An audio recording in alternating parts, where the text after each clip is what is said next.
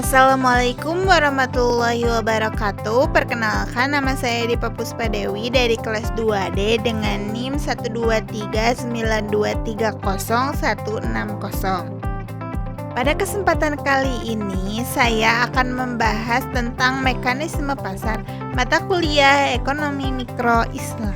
Selamat menyaksikan. Konteksnya ada pasar dan mekanisme pasar. Yang kedua ada mekanisme pasar dalam Islam. Yang ketiga ada distorsi pasar. Dan yang keempat ada contoh kasus mekanisme pasar. Pembahasan pertama, pasar dan mekanisme pasar. Pasar merupakan tempat atau keadaan mempertemukan antara permintaan atau pembeli dan penawaran atau penjual untuk melakukan transaksi jual beli barang dan jasa, sehingga akhirnya dapat menetapkan harga keseimbangan atau harga pasar dan jumlah yang diperdagangkan. Mekanisme pasar adalah proses penentuan tingkat harga berdasarkan kekuatan permintaan dan penawaran. Pertemuan antara permintaan atau demand dan penawaran atau supply dinamakan harga keseimbangan equilibrium price.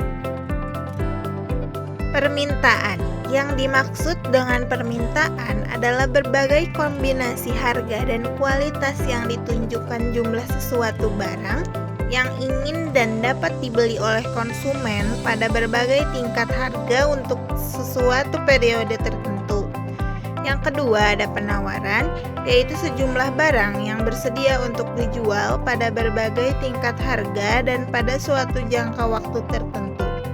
Yang ketiga ada keseimbangan. Keseimbangan adalah jumlah barang yang ditawarkan oleh produsen sama dengan jumlah barang yang diminta oleh konsumen pada suatu tingkat harga tertentu. Faktor-faktor yang mempengaruhi permintaan: harga barang yang bersangkutan, pendapatan, harga barang lain atau substitusi, selera atau kebiasaan, dan jumlah penduduk. Pembahasan selanjutnya yaitu mekanisme pasar berdasarkan hadis Nabi Muhammad SAW adalah bahwa adanya kebebasan pasar dalam menentukan harga. Islam tidak menganut harga berdasarkan pasar secara bebas, melainkan melakukan intervensi ketika terjadi monopoli harga di pasar. Mekanisme pasar dalam perspektif Islam tidak hanya berdimensi sosial, tetapi juga ada unsur teologis, bahwa pasar dikendalikan dan diawasi oleh syariat. Distorsi pasar. Yang pertama, rekayasa permintaan atau demand dan rekayasa penawaran atau supply. Contohnya ikhtikor, bangi, najasi, kolaki, rukban. Yang kedua, penipuan atau tadlis.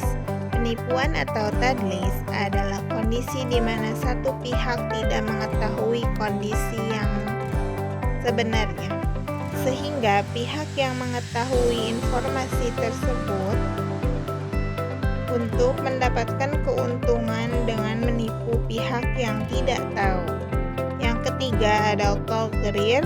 Tagrir berasal dari kata bahasa Arab atau goron, yang berarti akibat, bencana, bahaya, risik, dan ketidakpastian. Dalam istilah fikih muamalah, tagrir berarti melakukan sesuatu secara membabi buta tanpa pengetahuan yang mencukupi atau mengalami resiko tanpa memikirkan konsekuensinya.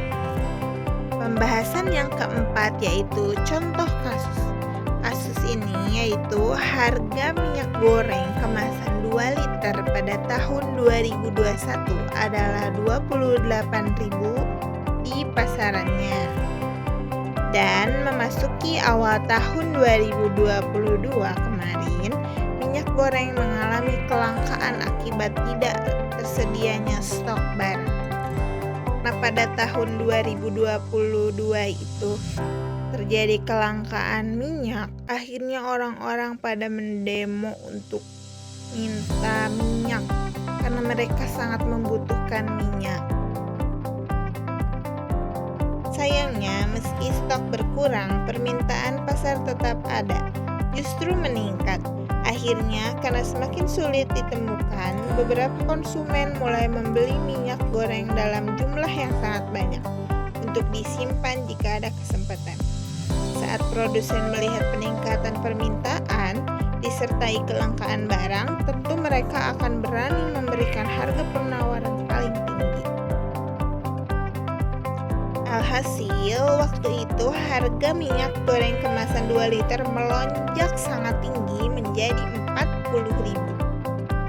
Akhirnya, untuk mengontrol harga di pasaran, pemerintah menetapkan kebijakan harga eceran tertinggi untuk minyak goreng kemasan 2 liter di angka 24.000. Dari uraian di atas, kita bisa simpulkan bahwa mekanisme pasar adalah sebuah proses penentuan harga berdasarkan kondisi permintaan dan penawaran pasar. Karena hal ini juga mempengaruhi kondisi ekonomi sebuah negara, maka mekanisme pasar diawasi oleh pemerintah agar tidak terjadi monopoli atau kebebasan tidak terbatas di pasar. Sekian pemaparan yang bisa saya sampaikan. Mohon maaf bila ada kesalahan dan kekurangan. Wassalamualaikum warahmatullahi wabarakatuh.